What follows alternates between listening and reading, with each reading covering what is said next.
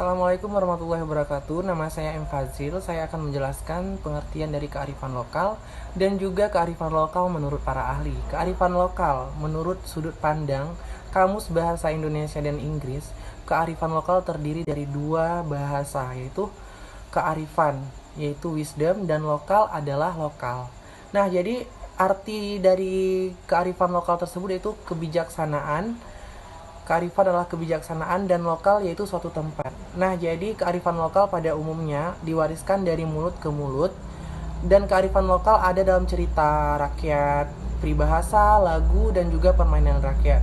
Kearifan lokal ialah suatu pengetahuan yang diperoleh dengan adanya penduduk setempat tertentu melalui kumpulan pengalaman dalam eksperimen dan diintegrasikan ke dalam pemahaman budaya dan kondisi alam suatu tempat. Nah, jadi pemahaman lain tentang kearifan lokal yaitu sesuatu bagian dari budaya masyarakat yang tidak dapat dipisahkan dari bahasa masyarakat tertentu, karena itu sudah menjadi saling keterkaitan dan sudah menjadi sesuatu bagian yang sudah melekat pada diri setiap individu tersebut. Nah, jadi juga kearifan lokal menurut para ahli. Menurut Haryati Subadio, berpendapat bahwa kearifan lokal adalah suatu identitas ataupun kepribadian budaya bangsa yang menyebabkan bangsa tersebut mampu menyerap dan mengolah kebudayaan ataupun kultural asing sesuai watak dan kemampuannya sendiri. Nah, yang kedua yaitu menurut Rahyono, kearifan lokal merupakan kecerdasan manusia yang dimiliki oleh kelompok etnis tertentu yang diperoleh melalui pengalaman masyarakat dalam menjalin suatu budaya tersebut. Nah, jadi yang selanjutnya Baiklah, saya akan menunjukkan pembahasan dari teman saya. Tapi sebelumnya saya akan memperkenalkan diri saya dulu. Nama saya Fidel Al-Fatah, NIM saya 19040539.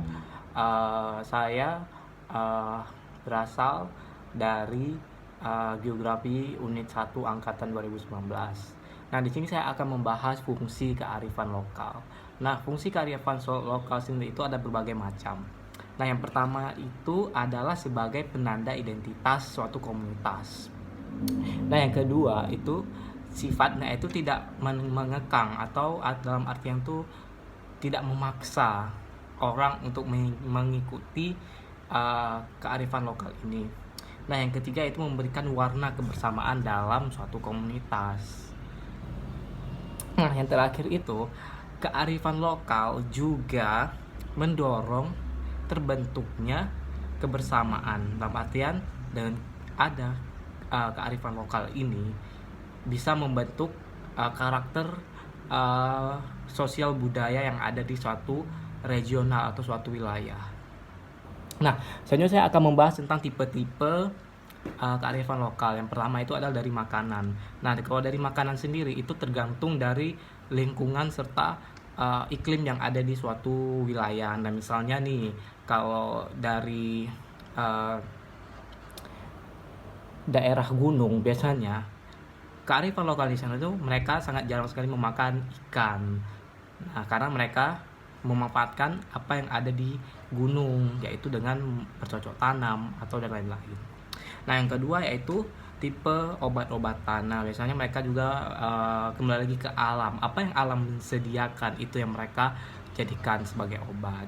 Nah, yang ketiga itu sebagai tipe produksi, yaitu biasanya lebih ke produksi rumahan gitu. Nah, yang terakhir yaitu ada pakaian. Nah, tipe pakaian ini juga tergantung dari lingkungan serta iklim yang ada. Nah, selanjutnya saya akan membahas contoh-contoh kearifan lokal. Yang pertama itu adalah Bibi, yaitu dari Sumatera Selatan. Nah, Bibi ini kearifan lokalnya ini bertujuan untuk menanam padi bersama, kegiatannya itu. Nah, yang kedua itu ada Cincuang, yaitu berasal dari Jawa Barat. Nah, tradisi Cincuang ini itu fungsinya itu untuk doa meminta hujan. Nah, yang ketiga itu ada pamali mancing ikan. Nah, ini berlaku di daerah Maluku karena ada di sana sangat melarang orang-orang untuk menangkap ikan terlalu berlebihan. Nah, selanjutnya itu ada Pahomba yang berasal dari Nusa Tenggara Timur. Nah, eh, tradisi ini gitu ya adalah tradisi yang dimana hutan adat sangat dilarang untuk dijajahi atau dimanfaatkan gitu.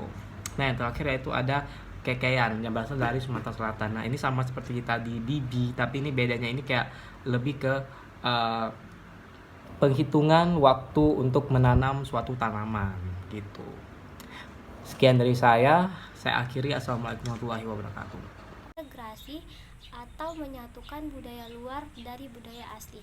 Selanjutnya ada pendekatan kearifan lokal. Pendekatan kearifan lokal ada 4. Yang pertama ada politik ekologi.